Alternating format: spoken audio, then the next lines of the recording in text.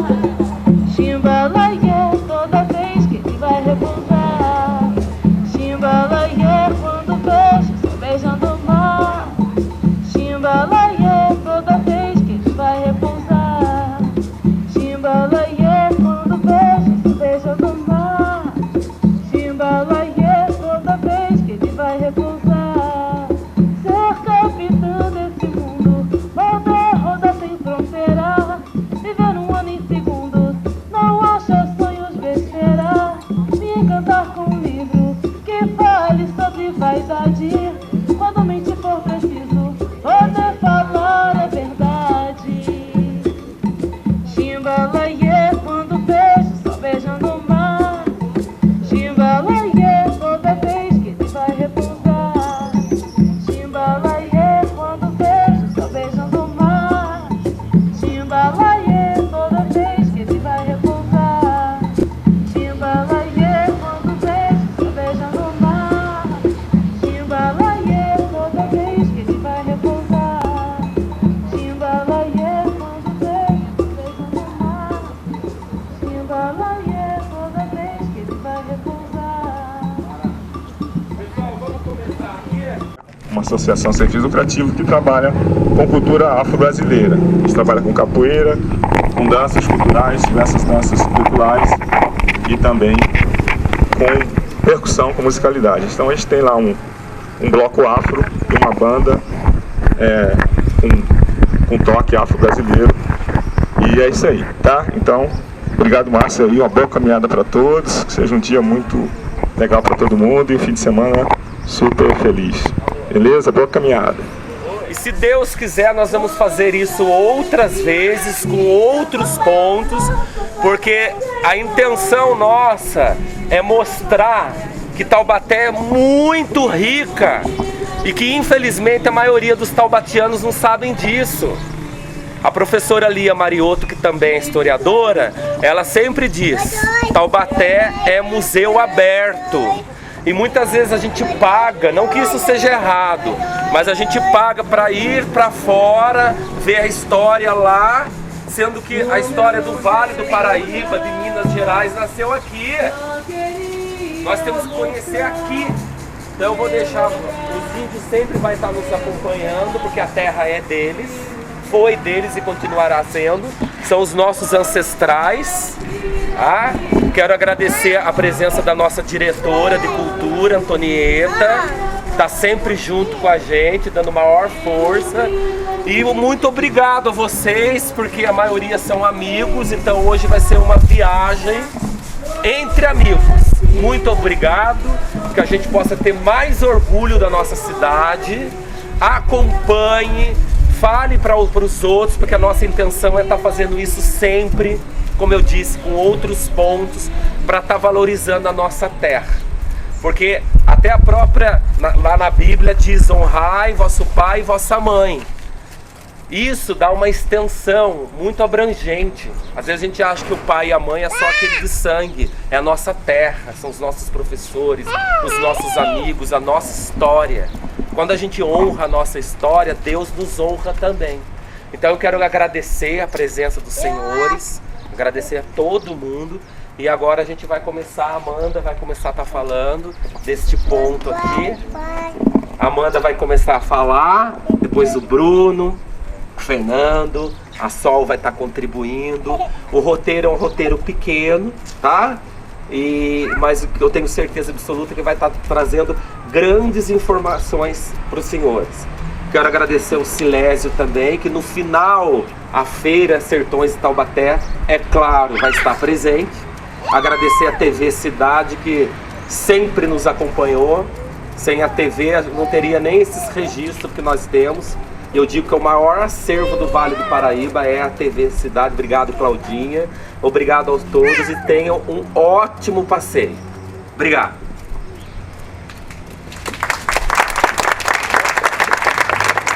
Bom dia a todos. Então nós vamos começar o nosso passeio pelo convento de Santa Clara. Eu tenho algumas imagens do convento, duas fotografias e uma pintura para que vocês possam ir passando para o outro e vendo como era o convento há alguns séculos atrás. O convento iniciou a sua construção em 1674, quando os moradores daqui da vila de Taubaté pediram a presença de frades franciscanos para ajudar na parte religiosa da vila. Então eles chegaram aqui em 1674.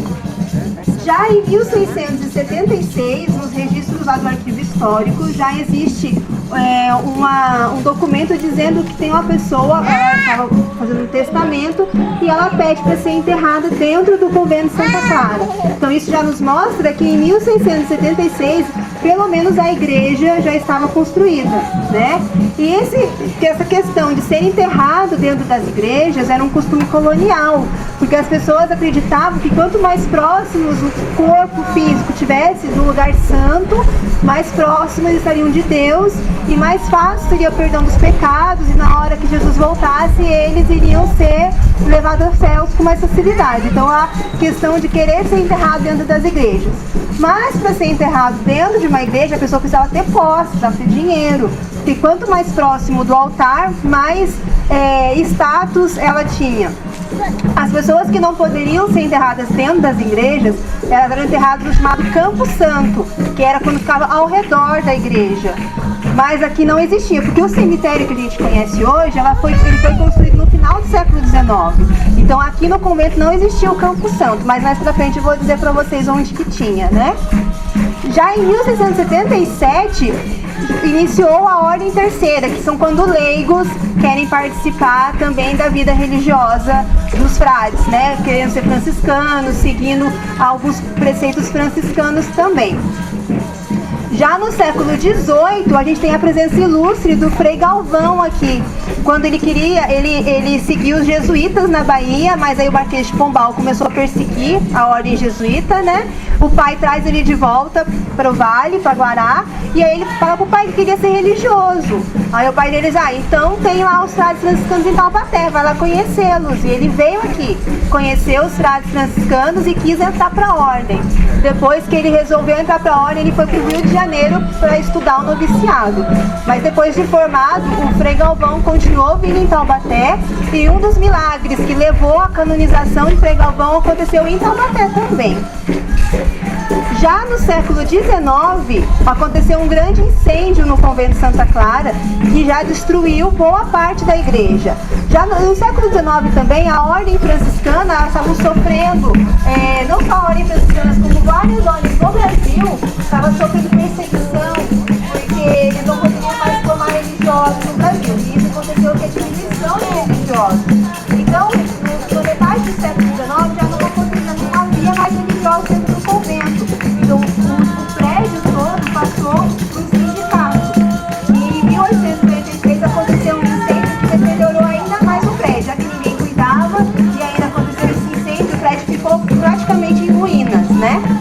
Aí, mais alguns anos depois, o convento da Clara abrigou um liceu, e onde as pessoas aqui de Taubaté estudaram por muito tempo, e nessas reformas é o que mantinha o convento ainda em pé, porque senão nós não teríamos um prédio hoje aqui. Por causa de foi um abandono por muito tempo, mas como as pessoas utilizavam em alguns momentos, acabou que ele continuava em pé. Em 1976, o Frei Caetano de Messina, ele passou por Taubaté. Ele era um missionário capuchinho e italiano, e ele passou por Taubaté, como passou por todo o Vale, pelo Brasil inteiro. Quem for estudar um pouco sobre o Frei Caetano vai saber que ele viajou o Brasil todo, né? E ele ficou um pouco mais de um mês aqui. Então ele fez várias reformas em Taubaté. Entre elas ele deu a ideia para a criação de um colégio feminino, que seria o Bom Conselho, mudou o dia de feira, ajudou na reforma do convento de Santa Clara e colocou 5 cruzeiros na cidade. Um deles é nesse ponto que nós temos hoje. Não é o mesmo cruzeiro, claro, mas ele colocou um aqui no convento de Santa Clara, um hoje onde é o São Pedro, um outro na Monção, que ainda existe o lugar, não o mesmo cruzeiro, mas o mesmo ponto, um na Catedral, o outro no Bom Conselho, onde também não existe mais nem na Catedral, nem no Bom Conselho. Mas o São Pedro, se vocês passarem por uma quadra que tem na avenida, existe o cruzeiro no alto, que é também o ponto que o Frei Caetano colocou, né? Também o imperador Dom Pedro II fez duas vindas para Taubaté, e nelas ele conheceu o convento de Santa Clara também. Ele visitou o convento de Santa Clara. Então é uma outra pessoa conhecida na história que também visitou o convento. no final do século XIX, os frades capuchinhos que hoje residem aqui receberam do Monsenhor Nascimento de Castro e do Dom José Ferreira da Silva Barros o convite de virem morar aqui. E aí, em 1892, eles vieram morar aqui. E o convento estava bem deteriorado. E a partir de então, eles passaram por várias reformas. E, infelizmente, nessas reformas, descaracterizou boa parte do convento. Como a gente pode ver na arquitetura da igreja, ela não era tão alta como vocês podem ver nas imagens que eu tenho aí. Ela era mais baixa. Então, eles aumentaram o teto do convento, alargaram um pouco o seu tamanho também, mudaram o piso, mudaram o teto, né? Foram acontecendo várias reformas. O que nós temos ainda no período? A torre cineira, que é tombada pelo Confrade, e essa parede, a primeira parede que segue a torre, o próprio convento, ela é de taipa de pilão. Ela também é tombada e é do período colonial também. E as imagens que estão dentro da igreja, a de São Francisco, a de Santa Clara, a de São Luís e a de Santa Isabel da Hungria, elas também são tombadas porque elas são do século XVIII. Também existe uma outra imagem na Imaculada Conceição, que é muito antiga, mas ela não está mais aqui. Ela foi levada para Piracicaba, ela foi restaurada, mas não se encontra mais entre a gente, né? Aqui em Taubaté.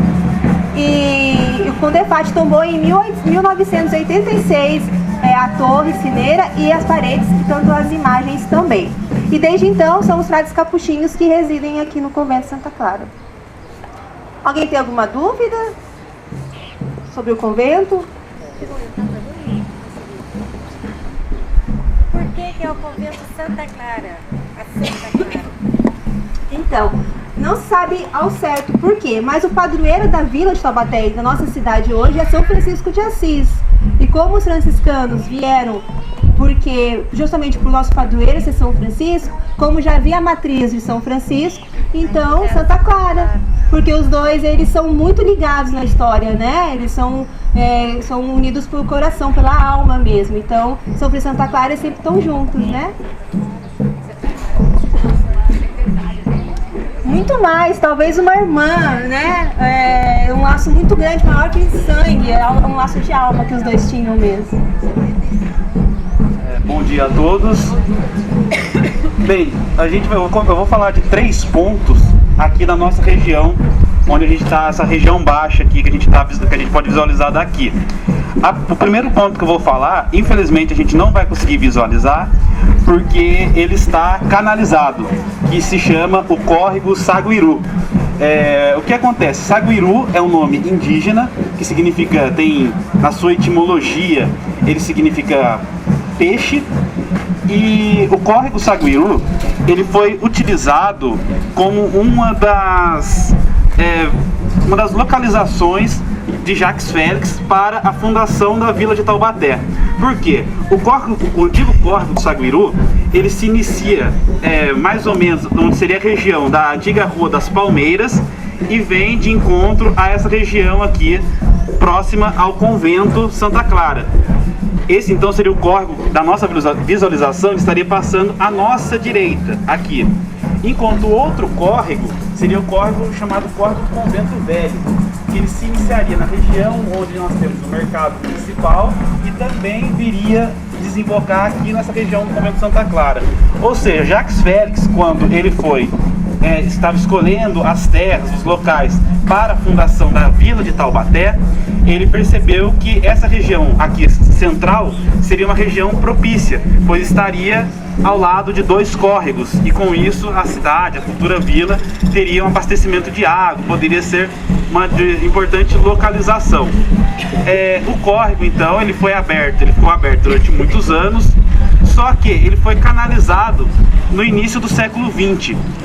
E por quem ele foi canalizado? Quem foi essa pessoa responsável? Foi o Dr. Gastão Vaz de Câmara Leal, que foi o nosso primeiro prefeito e é a pessoa que dá nome a essa rua aqui, a rua abaixo nossa, que é do semáforo aqui, né, do cruzamento até a parte baixa. Quem foi Gastão de Câmara Leal? Como eu disse, ele foi o primeiro prefeito de Taubaté, né? O seu mandato ele foi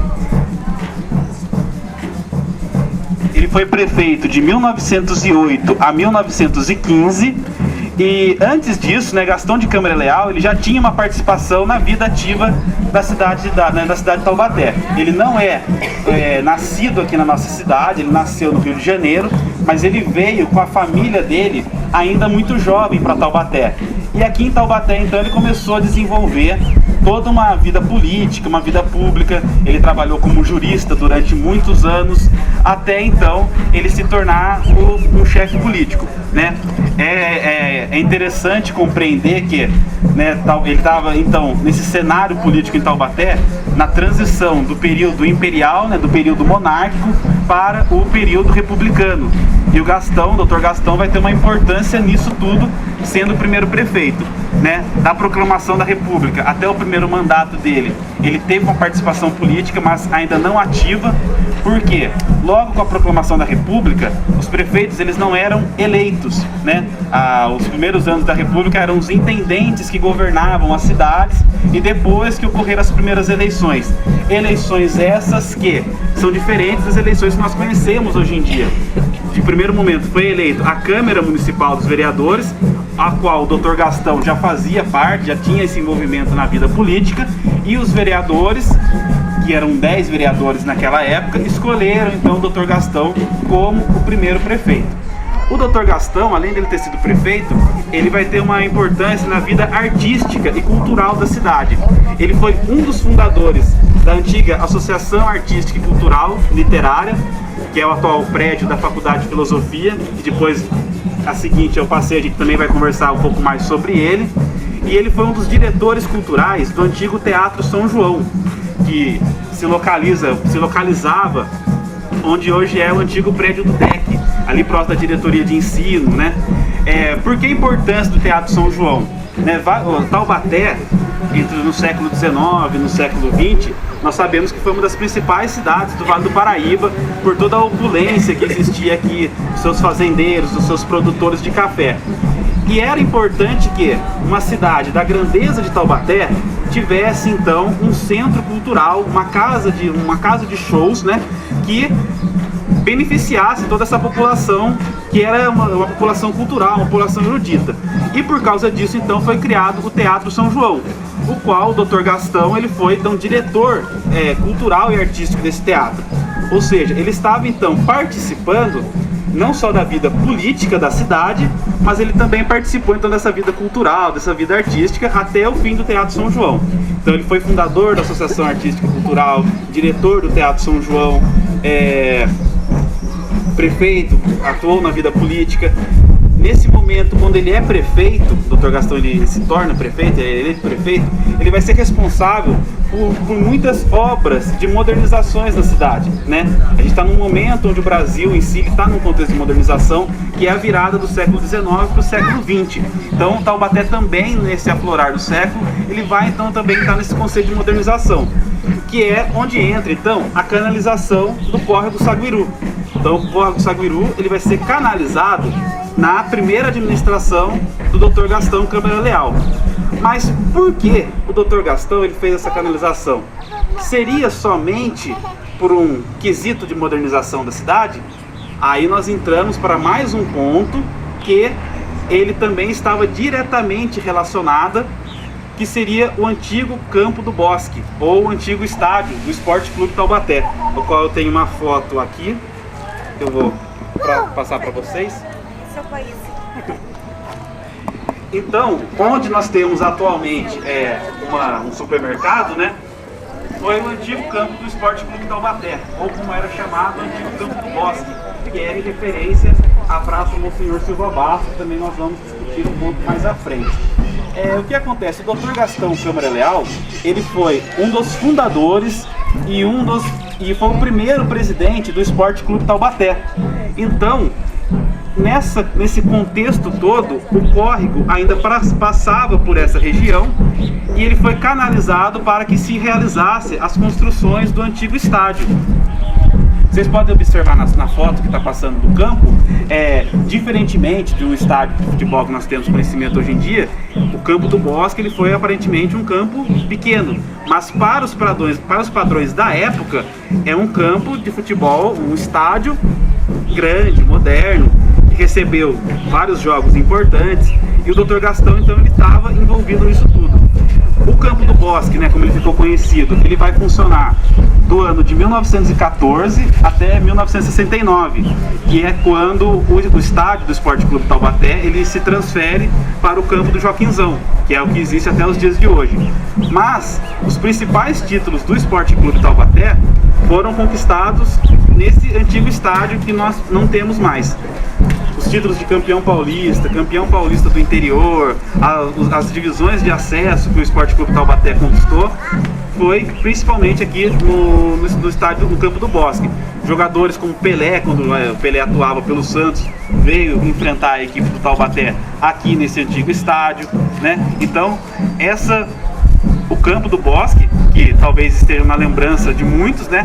Os torcedores mais antigos do Taubaté têm essas boas lembranças do Campo do Bosque. Foi de importância. Então a gente percebe que esses 3 pontos estão relacionados: o Córrego Saguiru com a fundação de Taubaté,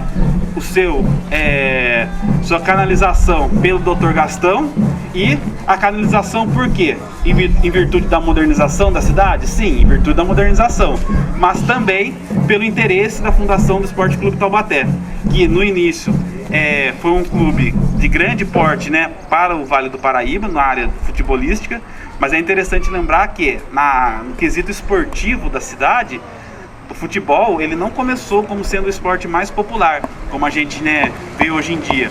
Em Taubaté, o esporte mais popular era o ciclismo, que era praticado no antigo velódromo, que segundo estudos, segundo as pesquisas, se localizava onde seria a Rua 4 de Março nos dias de hoje.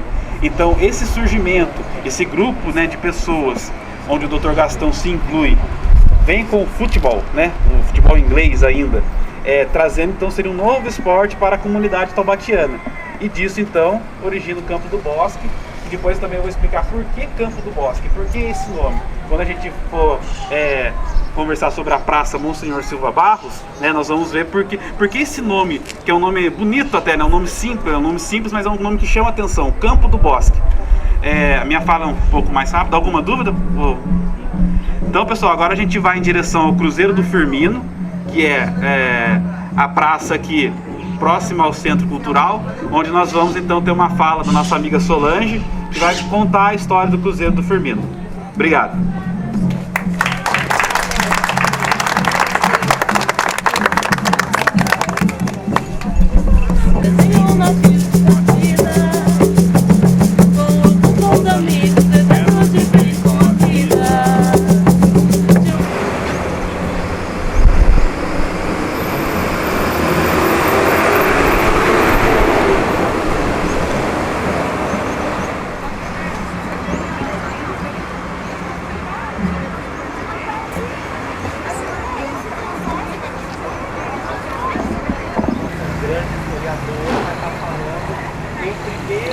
Ela tem força, ela tem tradição, ela tem história, ela tem ancestralidade, ela tem todo esse poder de falar.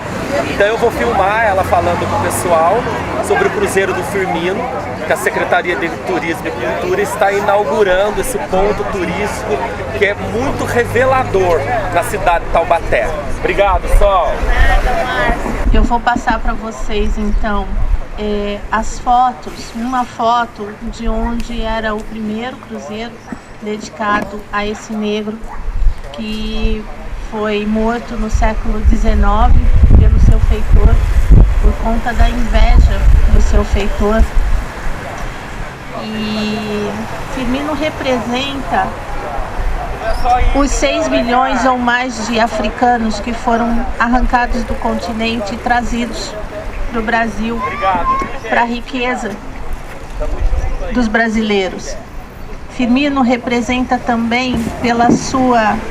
Nós sabemos muito pouco de Firmino, mas pela sua pouca história, nós sabemos que era um jovem negro, escravizado, e que tinha muita vontade de alcançar liberdade.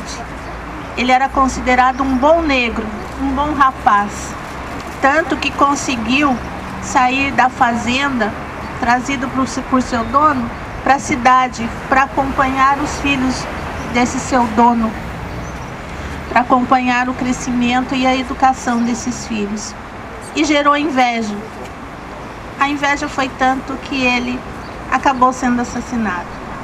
Mas a memória popular e provavelmente a memória de todos os negros que estavam em Taubaté, os escravizados e depois os libertos e os livres, não deixaram que o símbolo de Firmino se apagasse.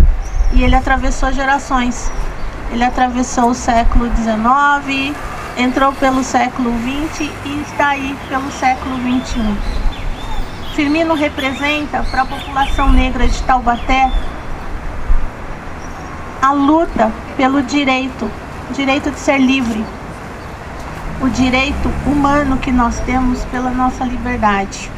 Então eu gostaria de pedir para vocês, em honra ao Firmino e aos mais de 6 milhões de negros escravizados nesse país, e a todos aqueles que lutam pela liberdade, que perderam suas vidas nessa luta, 1 minuto de silêncio, por favor.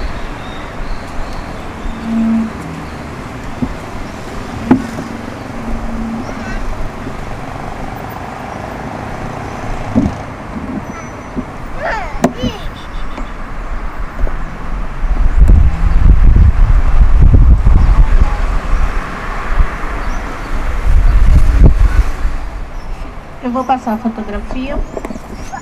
Firmino representa toda a luta de qualquer um de nós pelo direito ao respeito, à liberdade e à nossa fé também. Tenha ela que profissão tenha. Esse monumento pertence ao povo de Taubaté, ao povo negro de Taubaté, ao cidadão de Taubaté que acredita na vitória do amor, na vitória da fé, na vitória da vida.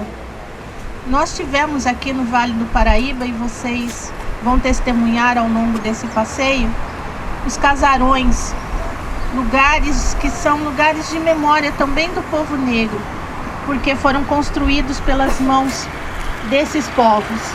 E provavelmente Firmino foi um desses negros trabalhadores que deu dinheiro, que deu riqueza e que deu a possibilidade de que os barões do café aqui de Taubaté construíssem a sua riqueza. Firmino é nosso ancestral, Firmino é nossa memória. E é em honra a essa memória que nós estaremos aqui no dia 17. E é em honra dessa memória que eu agradeço a vocês por hoje. E nós vamos nos dirigir agora ao Centro Cultural.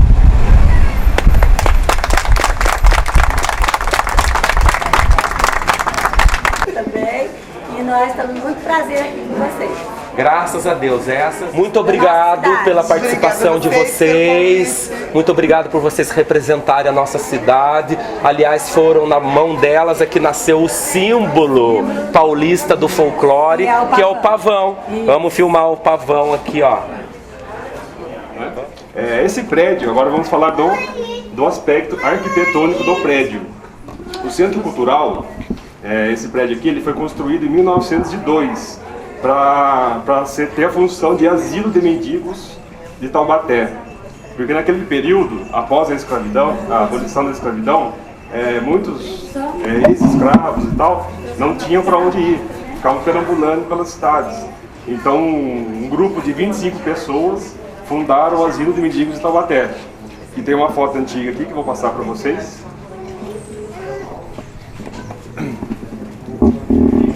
Em 1928, o Félix Guizar, ele reformou o prédio dando esse aspecto atual.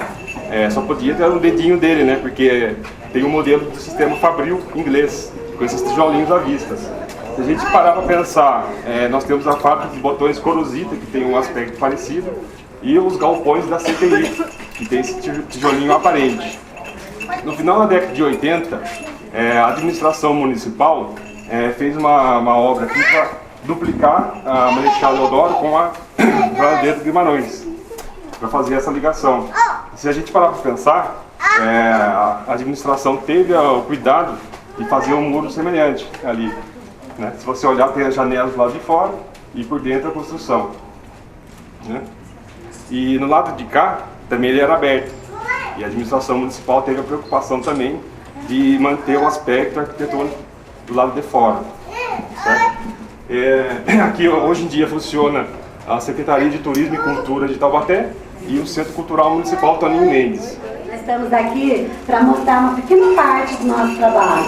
E nós somos uma associação lá na Imaculada, com uns 30 figureiros. Essa época do ano, nós estamos assim, na confecção dos presépios, tem muitos presépios. Gostaria que todos vocês fossem visitar lá para comprar, para conhecer o espaço também. Nós estamos lá de braços abertos para receber todos vocês. Aqui somos eu e a Benê e nós trouxemos as figuras, para quem não conhece, que às vezes não conhece, para estar conhecendo e procurar ver o valor que tem o nosso trabalho, que é feito com argila. A argila pra gente é tudo, porque você pega o barro bruto lá, né? E você vai trabalhando com as mãos, relembrando a memória. É um trabalho muito satisfatório de estar fazendo. Não é um trabalho, é um gosto de trabalhar com argila. E na argila a gente põe todas as emoções da gente. A gente faz assim, o que a gente vê no dia a dia. O figureiro significa fazer do cotidiano, do dia a dia, as peças, além de quem as pessoas, alguns são santeiros, fazem o santo, como era antigamente. Hoje em dia a gente continua fazendo os santos, os presépios, as figurinhas que compõem o presépio, toda a arte de decoração para as casas também. E o pavão, que o pavão já tinha nas fazendas aqui em Taubaté antigamente, algumas chácaras ainda tem. E com isso, o pavão e a galinha da gola são um forte do nosso artesanato. E foi escolhido o pavão como símbolo do artesanato de Taubaté e do estado de São Paulo. Então, ele é o símbolo do folclore, representa Taubaté e o estado de São Paulo no mundo todo. Então, é uma das figuras mais procuradas para você presentear as pessoas, né? E nós estamos de braços abertos para receber vocês a hora que vocês quiserem nos visitar. E hoje também é um prazer a gente estar aqui com vocês.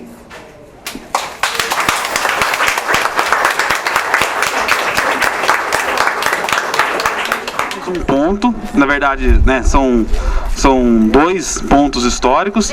O primeiro, onde nós estamos, que é aqui a Praça Monsenhor Silva Barros, que curiosamente, né, o Fernando, a hora que ele pediu pra gente vir pra cá, ele falou Praça da Eletro. E antes de ser Praça da Eletro, era conhecida como Praça do Bosque. Ou seja, é curioso porque a Praça Monsenhor Silva Barros, ela é muito pouco conhecida pelo nome dela, né? Ela é conhecida mais pelos nomes do que teve nela, né? Então, a Praça do Bosque, Praça da Eletro, né, que continua sendo chamada até os dias de hoje. Então, essa que é uma curiosidade. Porque, primeiro vamos falar dos nomes, então, né? O nome mais conhecido, né? O antigo nome, que Praça do Bosque. Por que ela tinha esse antigo nome?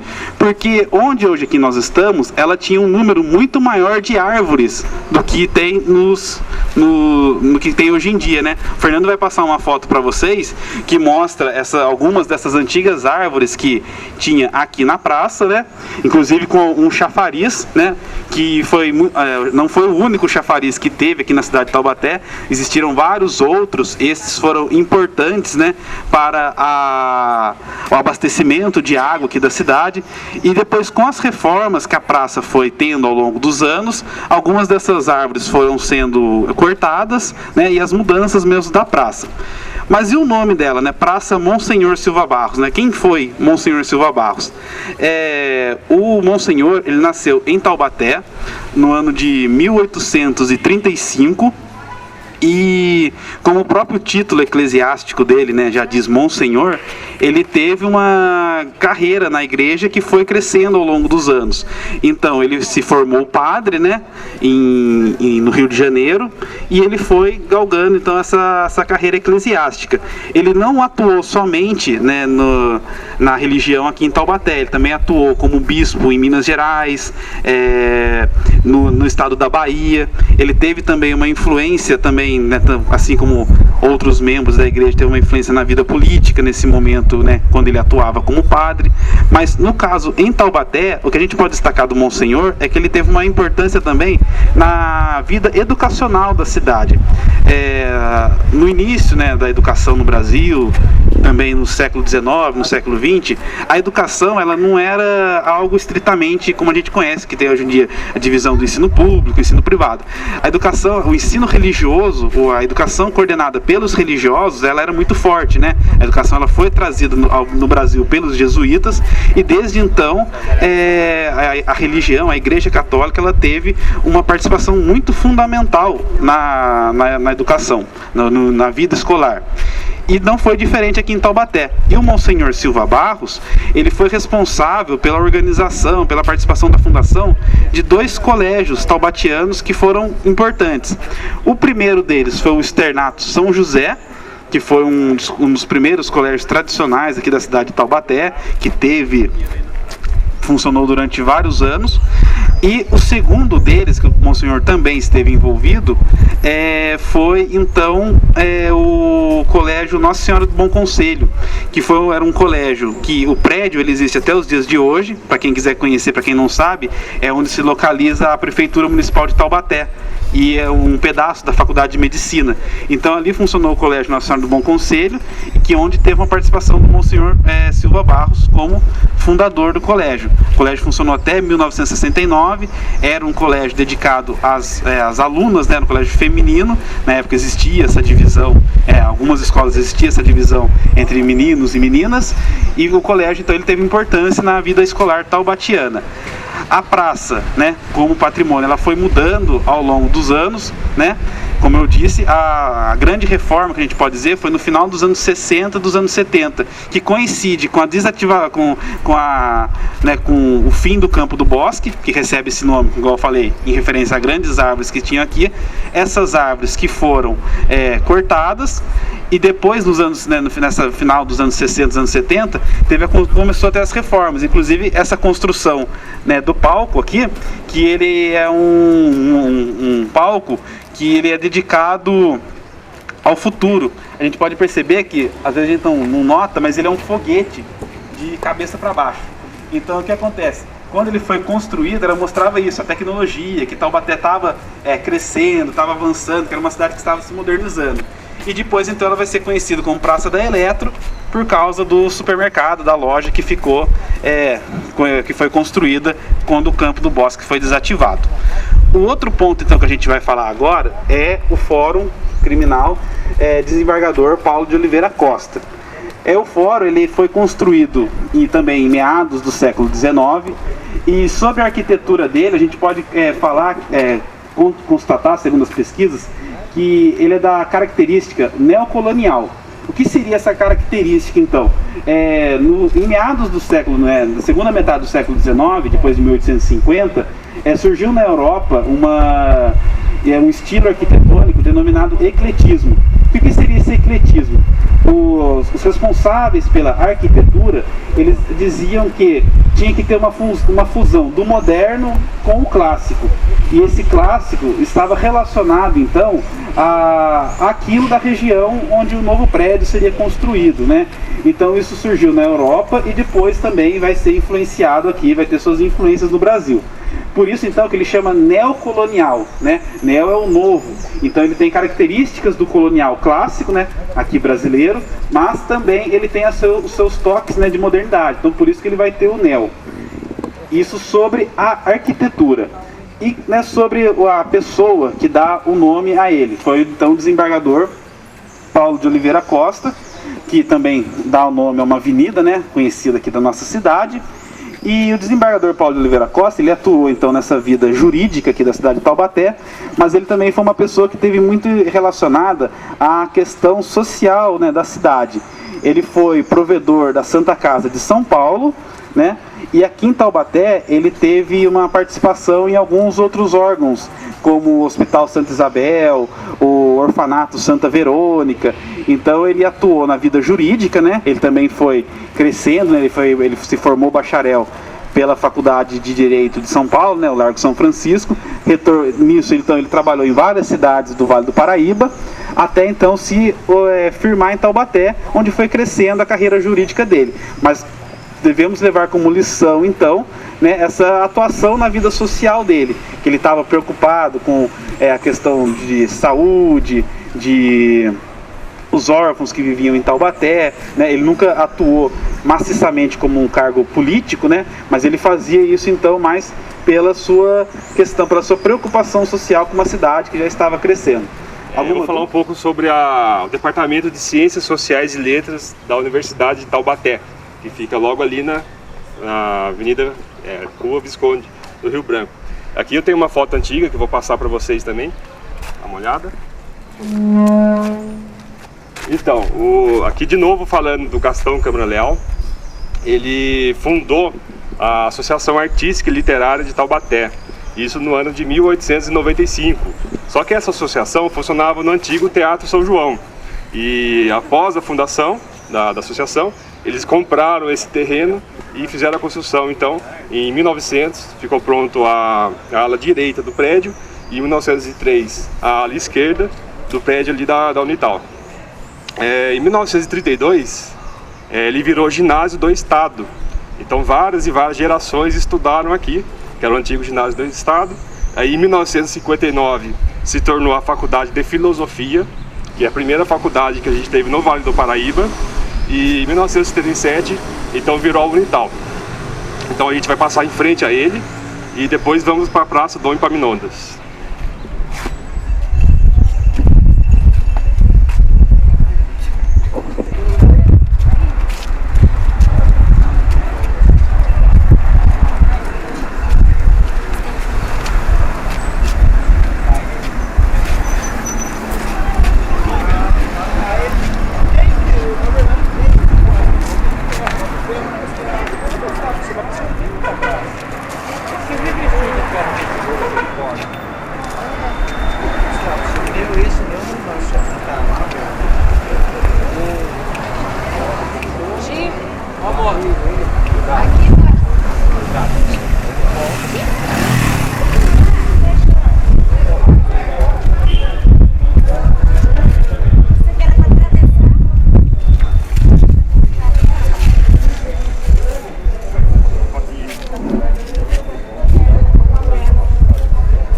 Cuidado com a rua aí, pessoal.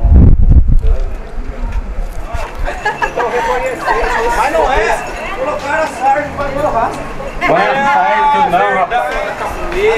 Do jogo. Esse pessoal não morde, não. Agradecer o pessoal do jogo. Quantos foi morto pra gente chegar aqui, né? Quanto sangue de índio foi derramado para ter uma cidade, né?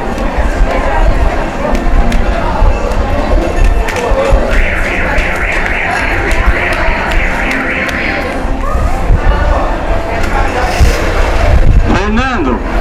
Alô, Fernando! Agora não mata mais, agora para beijar na bolsa, segura o pescoço. Essa aqui não baixa isso aqui. Os índios só estão reconhecendo a sua origem, os lugares onde os antepassados deles deixaram para vocês. Vocês vieram, invadiram, fizeram esse lugar bonito aí, mas os índios, gente, que deixou isso aqui para vocês, são herança dos índios, hein?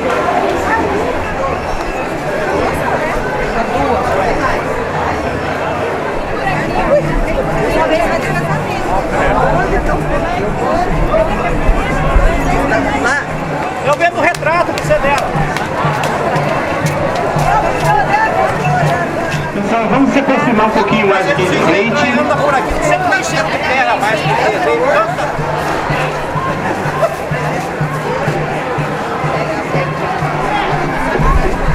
Vamos falar um pouco da Catedral de São Francisco das Chagas. Ela foi, começou a sua construção por volta de 1640, mas ela não é o que nós vemos hoje aqui, né? Ela era uma igreja bem menor, com a sua frente voltada para uma outra direção. Quem conhece um pouco a catedral aqui, deve já ter visto já a capela do Santíssimo Sacramento aqui dentro. que era a antiga Capela dos Passos. Então, a matriz inicial da vila de Taubaté, do povoado de Taubaté e depois vila, era nesse local. Ela não era voltada para Duque, ela era voltada para a Rua Coronel Jordão, para a direção de cá, e era bem menor. Aí a coroa dizia que para se tornar vila teria que ter três prédios, uma igreja, uma cadeia e a câmara. Então foi construído a capela, a matriz, que é deste tamanho, a cadeia e a câmara, onde hoje mais ou menos é o Banco do Brasil.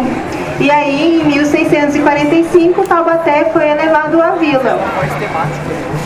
Já no início do século XVIII, por volta de 1715, começou a construção da matriz um tamanho maior, que é nas proporções que nós conhecemos hoje, do tamanho que nós vemos aqui mais ou menos, já voltada agora para a Rua Duque, né?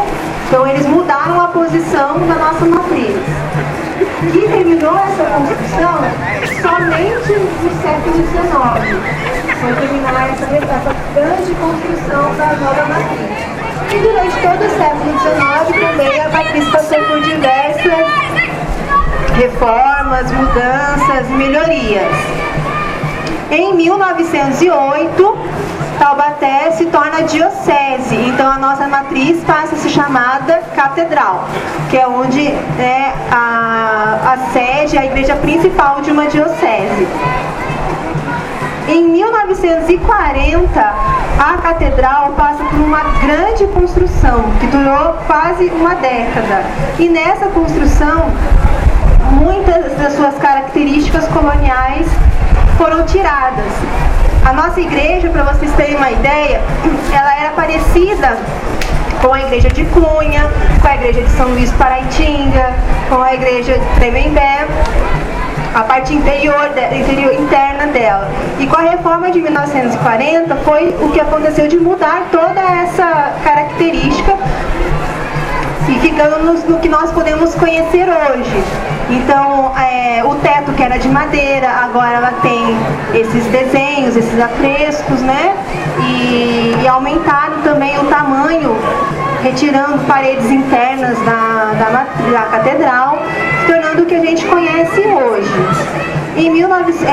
Já na segunda metade do século XX, o bispo pede a compra de um órgão tubular, que é o que nós temos hoje aqui na catedral também. Alguém tem alguma dúvida? Onde é o cemitério? É o cemitério. Falando um pouco da praça aqui do Dom Epaminondas, Dom Epaminondas foi o nosso primeiro bispo de Taubaté, né? Ele nasceu em 1869 em Cerro, em Minas Gerais, e faleceu em 1935 no Rio de Janeiro, quando ele estava em tratamento de saúde. A praça se chamava antes Largo da Matriz, e quando ela era do tamanho menor, como eu dizia antes, do tamanho que hoje é a Capela do Santíssimo, ao seu entorno, como eu falei lá no começo, havia o Campo Santo, que era chamado, né? Quando as pessoas não poderiam ser enterradas dentro da igreja, elas eram enterradas ao redor da igreja. E esse Campo Santo é onde hoje está construída a catedral. Então, nós podemos ver em alguns jornais, algumas matérias que o próprio Almanac publicou, que quando da construção da grande matriz, ossadas foram encontradas na praça. E também, assim, cada reforma que acontecia na praça é encontrada mais ossadas aqui, que as pessoas se preocupavam, mas foi explicado depois que aqui havia um cemitério. O primeiro cemitério da vila foi na nossa praça, onde hoje está construído a catedral. Só lembrando que essa atividade é referente aí às manifestações culturais que temos aqui no Taubaté, né, onde precisa ter o seu valor mesmo, tá ok? E agora a gente vai estar fazendo um pouquinho do jongo, depois tem um pouco de roda, e o pessoal fiquem bastante à vontade, venham participar conosco. Se o pessoal quiser vir participar da oficina com a gente, fique à vontade, pode estar subindo aqui, tá ok?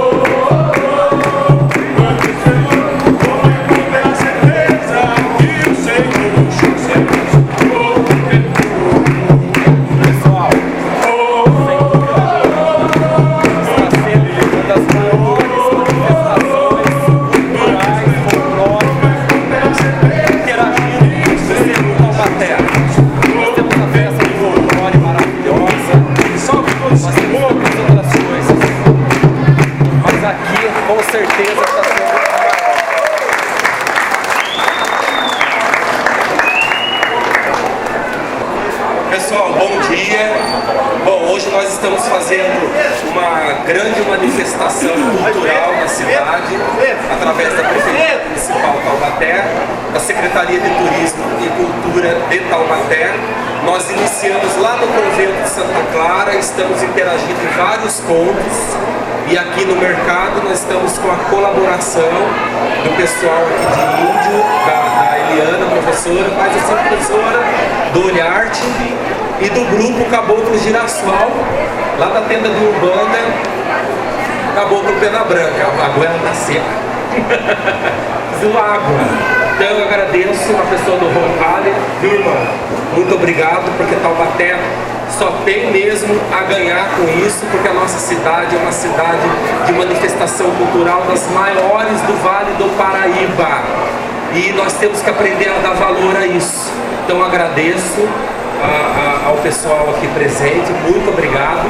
Peraí que a boca tá seca. A goela tá... Ai, obrigado, Deus abençoe. Eu vou estar passando a palavra pro Fernando. Obrigado. O Fernando é um dos nossos historiadores. Os dois estão por aí também ou estão por aí? Tem mais o Bruno e a Amanda. E o Fernando é um dos nossos historiadores lá da secretaria, e ele vai estar explicando um pouquinho sobre o mercado municipal. E depois, quem quiser nos acompanhar, a gente vai agora no Largo de Santana, e quem quiser continuar vendo esse show do pessoal do Caboclo Girassol, pode ficar à vontade também. Mais uma vez, muito obrigado, Roncalli, Mãe Márcia, que está ali, todos os componentes lá do Pena Branca, muito obrigado, Deus abençoe. Minha mãe que está ali me acompanhando também, e a todos vocês, muito obrigado. Bom dia a todos, meu nome é Fernando, eu trabalho na Secretaria de Turismo e Cultura de Taubaté. Também sou presidente do Conselho Municipal de Preservação do Patrimônio. Por falar em patrimônio, nós estamos dentro do grande patrimônio de Taubaté, que é o Mercadão. O Mercado Municipal de Taubaté, ele foi construído em 1860, ele era menor do que é atualmente, e em 1915, o então primeiro prefeito de Taubaté, Gastão Câmara Leal, construiu o mercado em 1915. E eu tenho comigo aqui algumas fotos do antigo Mercadão, que eu vou passar para vocês darem uma olhada também. E lembrando que antes de ser construído o galpão do mercado, era conhecido como região de Araguá, onde tinha um grande campo de água, o pessoal trazia os animais para poder ficar. Lembrando que a água era limpa naquele período, né? E com o passar do tempo, tornou-se necessário o aterramento dessa guarda para a construção do mercado. E aqui passa o córrego do Convento Velho, que também hoje está canalizado. Tá? Bom, o que eu tinha para falar sobre o mercado é isso. Agora a gente vai seguir até a Capela de Santana e para a gente fazer o encerramento do nosso passeio. Tá bom? Bom, adiante de mais nada, eu quero aproveitar essa oportunidade que chegaram os índios, né, porque os índios foram os primeiros habitantes aqui de Taubaté, e agradecer aos meus irmãos pela apresentação, agradecer em nome do Márcio Carneiro, secretário de Cultura, pela oportunidade que ele está nos dando. Né? Sei que muitos ficaram espantados, mas tudo isso faz parte da história. Né? E tem uma história muito raiz. E para finalizar essa nossa apresentação, e aqueles que quiserem acompanhar depois essa caminhada, nós vamos estar fazendo a finalização da nossa apresentação aqui com a música que eu acho que todos conhecem, aproveitando, juntando o índio que aqui está e os negros. Nós vamos cantar o Canto das Três Raças para finalizar a nossa apresentação.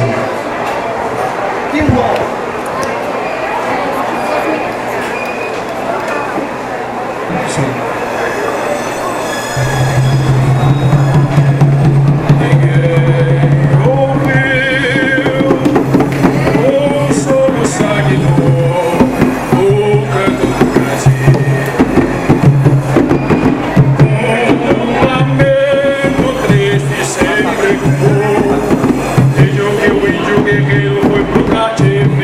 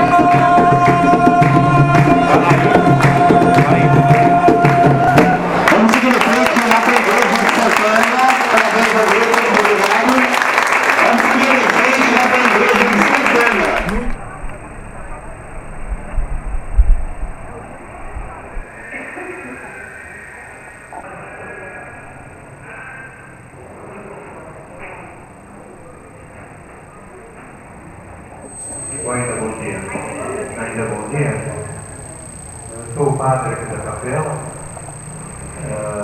me chamo Padre Dimitri, é utilizada pela comunidade católica sírio-libanesa.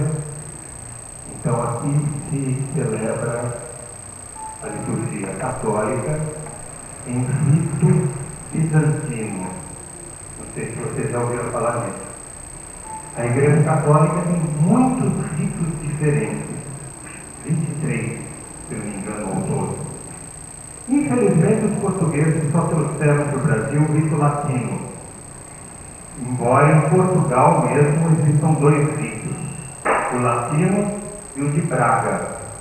O de Braga é um pouquinho mais parecido com o rito bizantino, mas os portugueses só trouxeram o latino.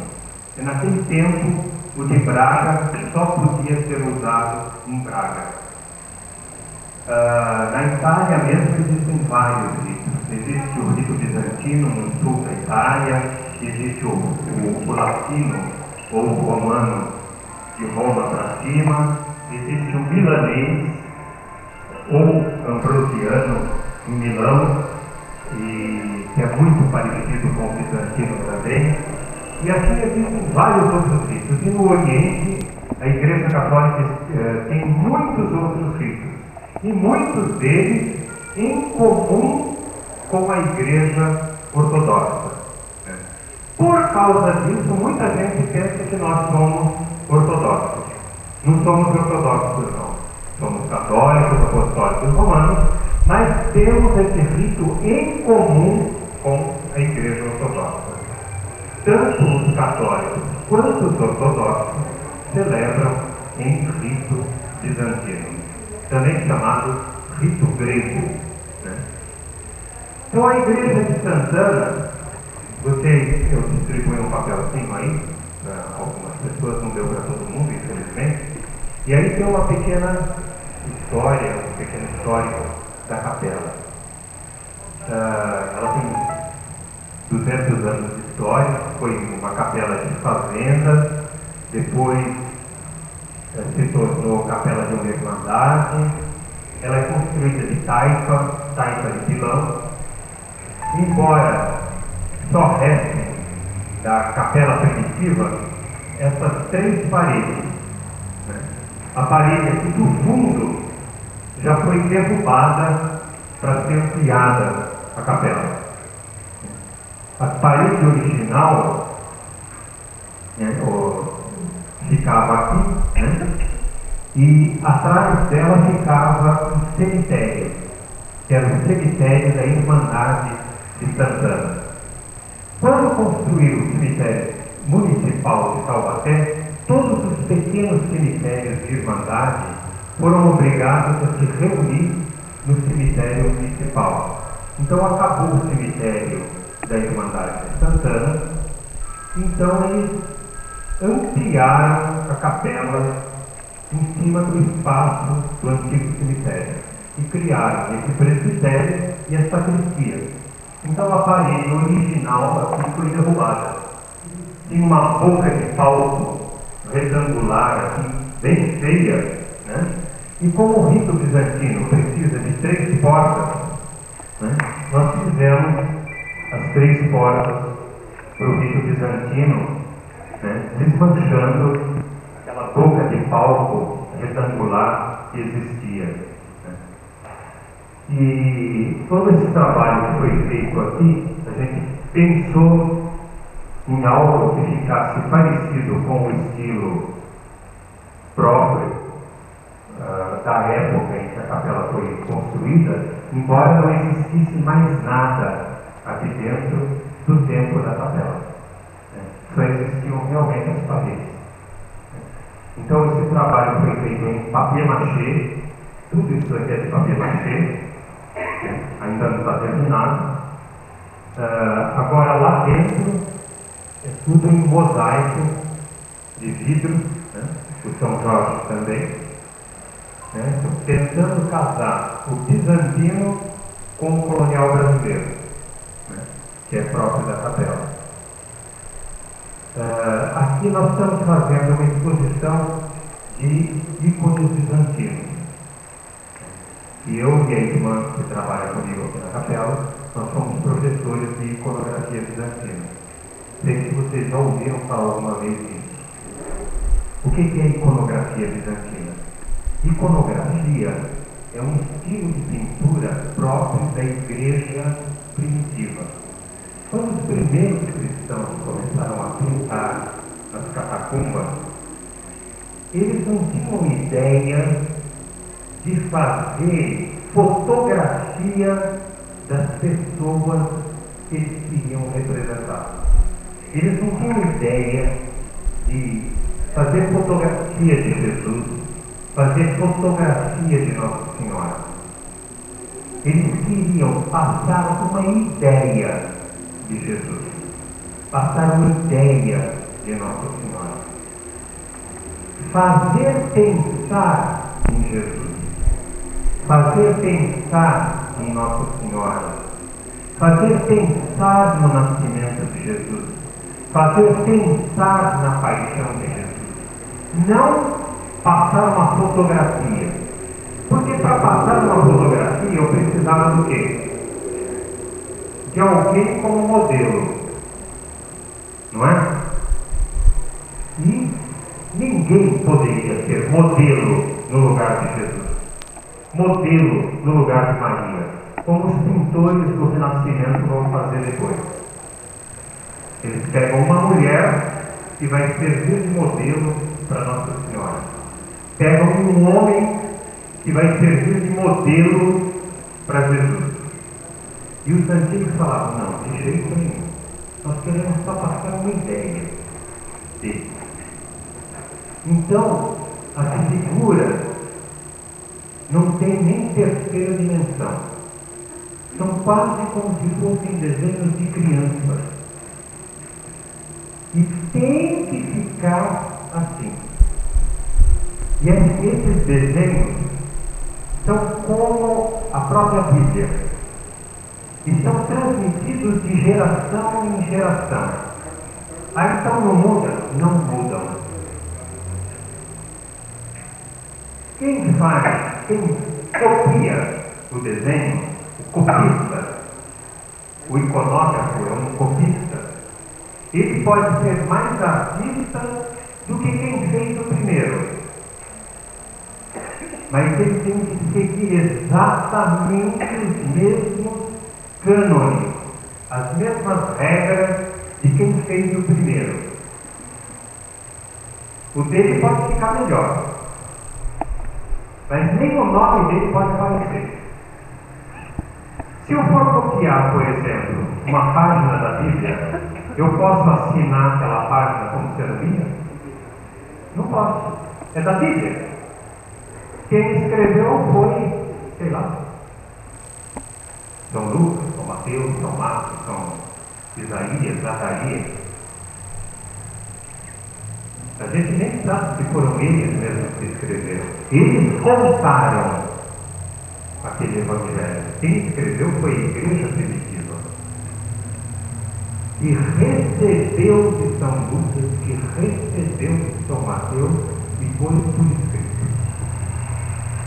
Então ninguém pode mudar nenhuma vírgula daquilo que foi recebido.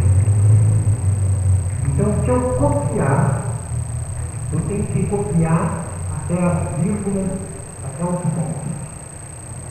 A minha caligrafia, na hora que eu for copiar, pode ser mais bonita do que a pessoa de quem eu copiei. Mas o texto não é meu. A Bíblia é do povo de Deus. Então a mesma coisa dos ícones. Então a gente pinta, aí as pessoas falam, mas quem pintou esse daqui? Não sei. É a igreja. Então, nós iconógrafos, nós emprestamos nossas mãos. Se ficou bonito, louvado seja Deus. Se não ficou tão bonito, Deus nos perdoe. Agora, as técnicas que são usadas são as mesmas que eram usadas na igreja primitiva. Mosaico, pequenas pedrinhas, alofo, a maioria desses que estão na parede. O que é isso? Os pigmentos, né? Os pozinhos coloridos, a grande maioria tirados de pedras, da terra, etc. Né? Alguns são reações químicas. Por exemplo, desculpa.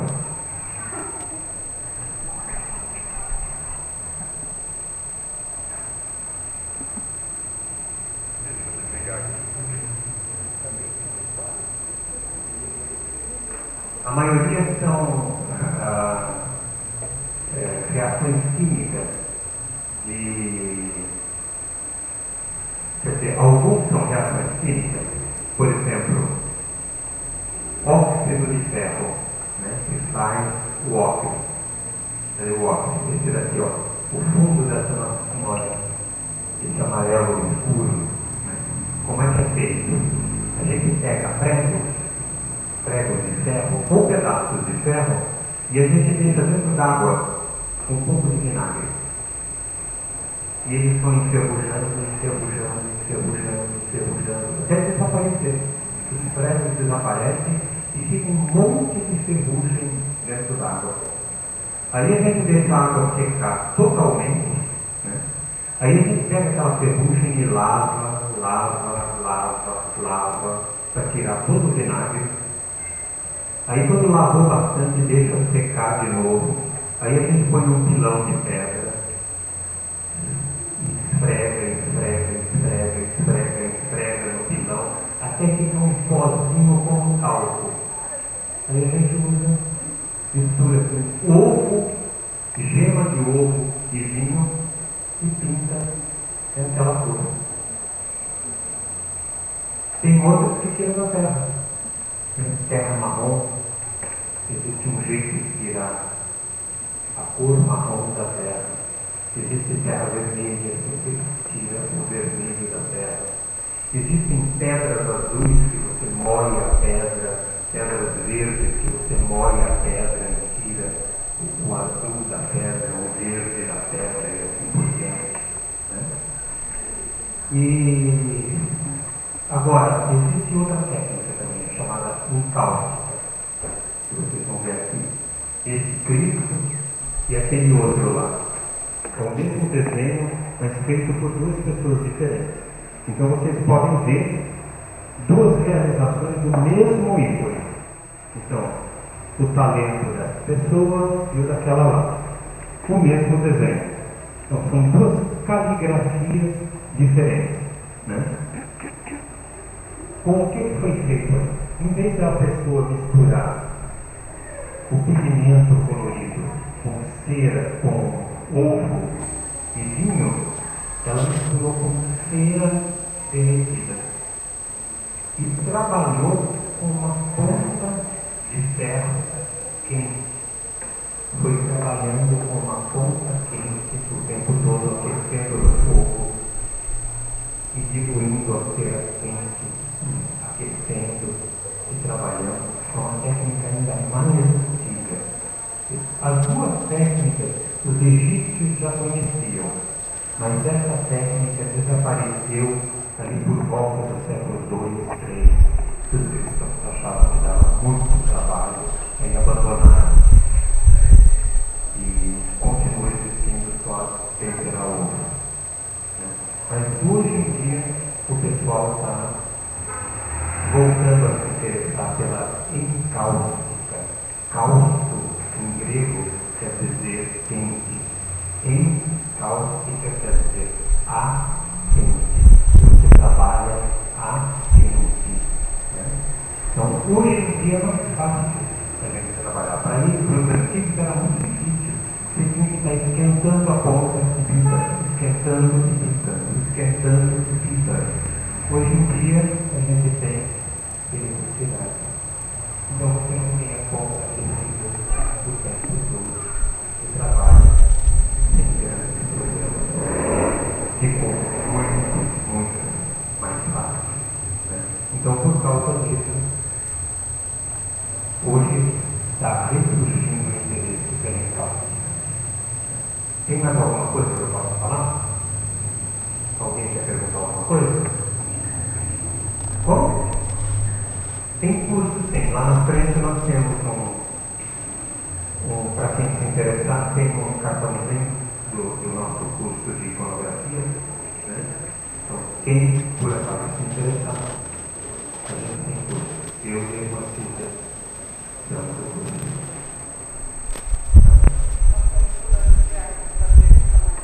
Então, que legal.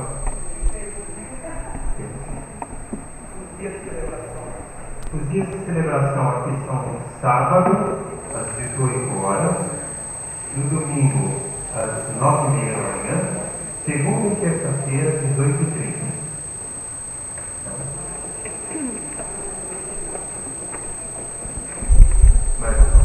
Quais são as principais diferenças entre o rito mais o católico daqui e o romano, que a gente é mais... Eu vou te dar uma resposta meio assim na gozação. Vem na minha. Quando a gente fala, quando você na missa, no rito latino, fala, por Cristo Senhor nosso, todo mundo responde, Amém. Aqui quando a gente fala, por Cristo Senhor nosso, todo mundo responde,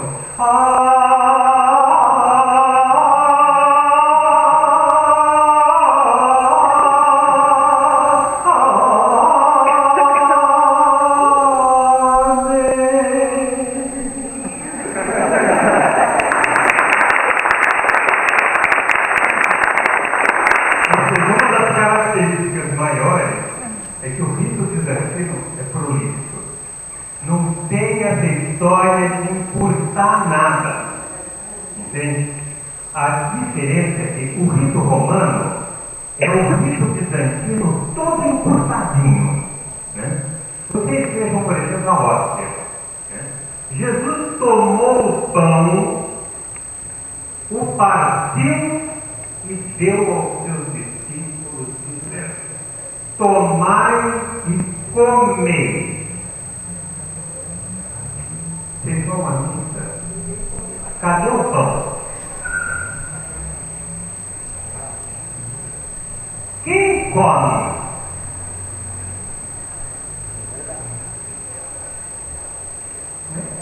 Mal dá para vocês dizer que chupam aquele negocinho que parece papel. É ou não é verdade?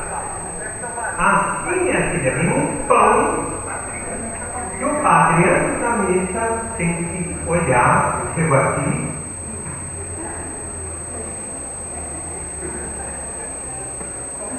Olha, aqui vai ser umas 5:30 comunhões. Aí sento na minha mesinha aqui e corto uns 30 pedaços. Porque as pessoas vão ter que mastigar para engolir. Jesus falou, tomai e comei, tomai e bebei. Por que só o padre deve? Aqui, acolá, num dia de festa, pega aquele pedacinho de papel, aquela coisinha assim, quase não dá para enxergar, e molham do povo. Aqui não, todos os dias, em todas as missas, o povo tem direito ao vinho consagrado. E aquele pedaço de pão, um pedaço desse tamanho mais ou menos, o padre encharca no vinho e dá para o céu. Tanto que não dá para pegar na mão, porque é encharcado de vinho. Tanto que sempre tem dois casos: o do padre, dos ministros do altar e o do povo. Porque vai vinho para encharcar cada pedacinho de pão do povo, porque todo o povo tem direito a tomar e comer, tomar e beber. Essa é uma das outras, tá? Então, não simplifica. É pão. O pão que vai para a mesa vai pro altar. Eu sou padre, fui ordenado no rito latino. Né? E uma vez, quando estava celebrava o rito latino, eu estava dando a comunhão e o pai veio comungar, trazendo o filhinho pela mão. O filhinho olhou e perguntou: pai, é só um ritual, pai? Eu falei: não, tem alguma coisa errada. Aí, quando eu descobri o rito bizantino dentro da Igreja Católica, eu falei: aqui é meu lugar. E eu sempre gostei das coisas muito solenes e tal. E eu tinha muito problema com os padres, que não gostavam que eu usasse incenso, não gostavam que eu usasse todos os paramentos e tudo mais. E aí eu descobri que entre os católicos orientais eu podia usar tudo isso e não era problema. Pelo contrário, eles gostavam que eu usasse. Então, por exemplo, usar incenso na igreja, no rito latino, é um dia de festa, uma vez ou outra. Aqui você sabe quando eu uso? Todos os dias, em todas as missas. Se eu celebrar 3, 4 missas por dia, eu uso nas 4. Ou seja, essas são as características. Não tem simplificação. Missa cantada. Não se canta na missa. Geralmente, no rito latino, a gente canta na missa. A missa é rezada, aí você canta a entrada, o ofertório, a comunhão, né? Não, aqui é: bendito seja o nosso Deus a todo momento, agora e sempre, pelos séculos dos séculos. Amém. Em paz oremos ao Senhor. Senhor, tem piedade. E vai até o amém final.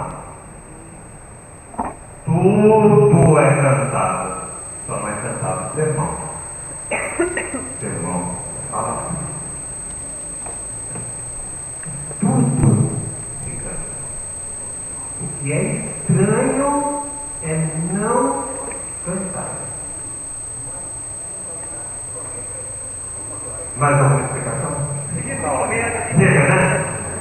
Se nesse momento tivesse o senhor celebrando aqui uma missa, todos poderiam comer e beber? Todos que tiverem confessado. Tem a confissão permanece. Confissão, claro. Aí outra coisa, o pessoal fala, porque eu celebro olhando para o Cristo. Eu celebro olhando para o Cristo. O pessoal fala: o padre está de costas. O padre não está de costas. Quem está sentado no primeiro banco está de costas para quem está no segundo banco? Está de costas para quem está sentado no terceiro? Não. Nós estamos todos olhando para Jesus. É Ele o centro das atenções, não o padre. Então não tem missa show. Não é o padre o centro das atenções. Então o padre que quer dar showzinho, o rito bizantino não consegue. Não tem show nem no rito bizantino. Porque não é o padre que fica. Sabe, o padre que fazer missa televisiva no rito bizantino não dá ibope. Porque não é a cara do padre que fica aparecendo o tempo todo, né? Vai ser a cara de Jesus que vai ficar aparecendo o tempo todo. O artista é um só. O artista é um só, é ele. O padre é só um mexicano. Ele está de ladinho. O que mais eu posso falar? Dias de meditação.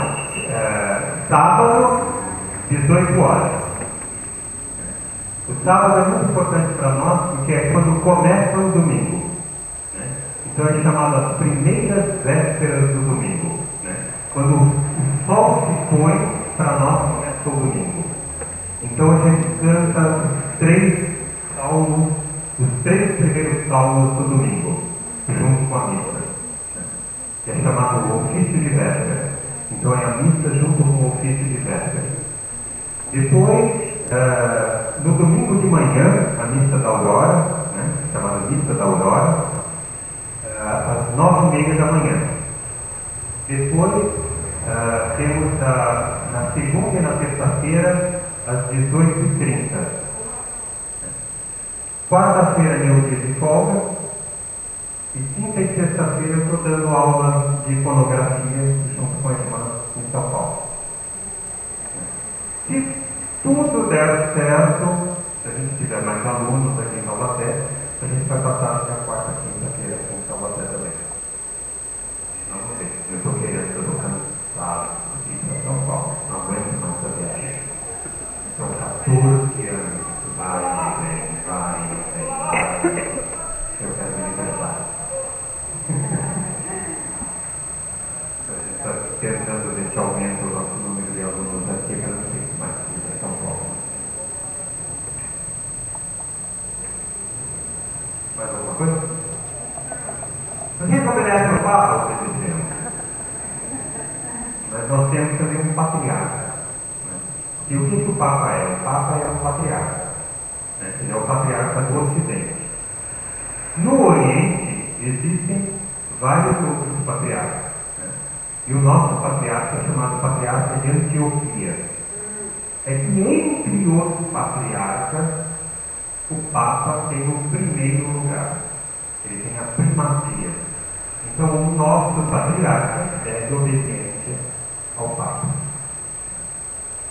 Mas quem cuida de todos os afazeres e problemas, etc., das comunidades greco-neofitas católicas é o Patriarca de Antioquia. Em casos especiais, né, de maiores problemas, aí a gente recorre ao Papa. Em Taubaté, era o único. Sou o único. Antigamente, quem cuidava da comunidade era o Padre Marquinhos, da Catedral, porque ele é filho de libanês, né? Ele cuidava e a comunidade se reunia na igreja de Santa Teresinha. Aí o Padre Marquinhos foi transferido para Pinda. Quando ele foi transferido para Pinda, eu vim para substituí-lo. E quando eu vim para substituí-lo, eu pedi para não ficar na capela de Santa Teresinha, que ficava debaixo do carcanhado do padre, né? E essa capelinha estava vazia, em ruínas, né? Eu pedi para Dom Carlos, na época, para a gente reativar essa capelinha, para a gente poder ter uma capela apropriada para celebrar esse rito bizantino, e ele cedeu a capela para a gente. O senhor teria muita dificuldade, né, padre? Como? O senhor teria muita dificuldade numa palavra comum. Teria muita dificuldade. Primeiro, porque o espaço não seria apropriado. E depois, sabe, junto com outro padre de outro rito, seria muito complicado. O próprio Padre Marquinhos, ele sofreu muito e é muito complicado. É muito complicado. Eu compreendo, seria muito difícil. Mas o senhor coloca aí, às vezes a gente tem até uma tendência de querer negar, mas não tem como negar. É uma verdade que o senhor coloca, muito grande, porque infelizmente hoje se vê muito show. E quando a gente tem uma visão ligada ao Cristo, a gente não tem como negar que ele é o artista principal e muito se O padre tem que desaparecer. Sim. É o Cristo, o artista principal. O padre tem que ficar. E às vezes o padre quer aparecer, quer dar show, né? E ele deve apenas cumprir o papel dele, deixando o Cristo. Porque ele próprio diz, né, eu sou o caminho, eu sou a verdade, eu sou a vida. Então bem claro que é ele. Né? Aí, para quê? Alguns se colocam a cortina na frente e tentam disfarçar. Então você teria muita dificuldade, mas parabéns pela... O rito bizantino tem muito isso, ele dá muito pouca chance para o padre se disfarçar. É o próprio Cristo. Seria o correto de todos. Mas se todos vivessem a liturgia como ela tem que ser vivida, seria assim em todo lugar. Sim, eu tenho vários amigos que são padres que tentaram levar exatamente por esse lado e são criticados. Eu vim para o rito bizantino Eu tentei dizer a liturgia latina, né, como o missal manda. Já levei tanta bordoada, aí já não começa com missal. Mas vocês vieram aqui para conhecer a Capela de Santana. Acho que a palavra do Senhor foi muito mais importante.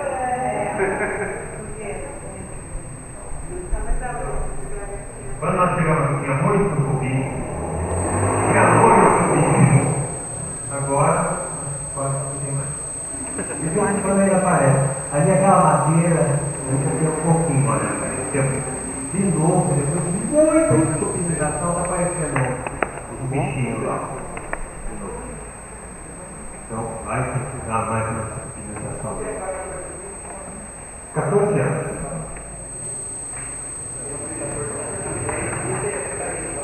Bom? Quando nós chegamos aqui, tinha um certo plano aqui, por baixo dessas tesouras, e ele estava afundando. Nós pegamos uma pipa, demos uma puxadinha, fez um barulho, nós saímos correndo para a rua, veio tudo abaixo. Caiu em cima desses bancos todos. Um fogo plano aqui embaixo. Aí quando caiu, nós falamos, as tesouras são tão bonitas, vamos deixar as tesouras aparecendo. São rústicas, né? Então vamos deixar elas na mão. Aí trocamos, né? Pusemos esse acima das tesouras e deixamos as tesouras para serem vistas. Tesoura era do telhado, né? Nós estávamos tesouras e já telhas, né? Aí nós fizemos esse fogo acompanhando as telhas e deixamos as tesouras à vista. Era para ser mais um patrimônio virado de poeira, tudo. Por isso que já foi. Agora não vai virar não. Está lá o pilar, né? Eu não sabia agora o pelo que dá a impressão, o pessoal quer que vire poeira. Não, pelo jeito tem muita gente mamando a respeito do. A impressão que dá é uma pena que dá muito leite. Ele passeio pelo patrimônio de Taubaté. Nós saímos lá no foguete de Itaquara, passando pelo Portugal, pela Catedral e chegamos aqui no Estado de Santana com essa explanação maravilhosa do mar. Obrigado por ter sido essa. E agora quero convidar todos para descer aqui no espaço do Sertão de Taubaté com nosso amigo Silésio para falar sobre isso. Nós temos um caderno aí para visitação, quem puder acenar.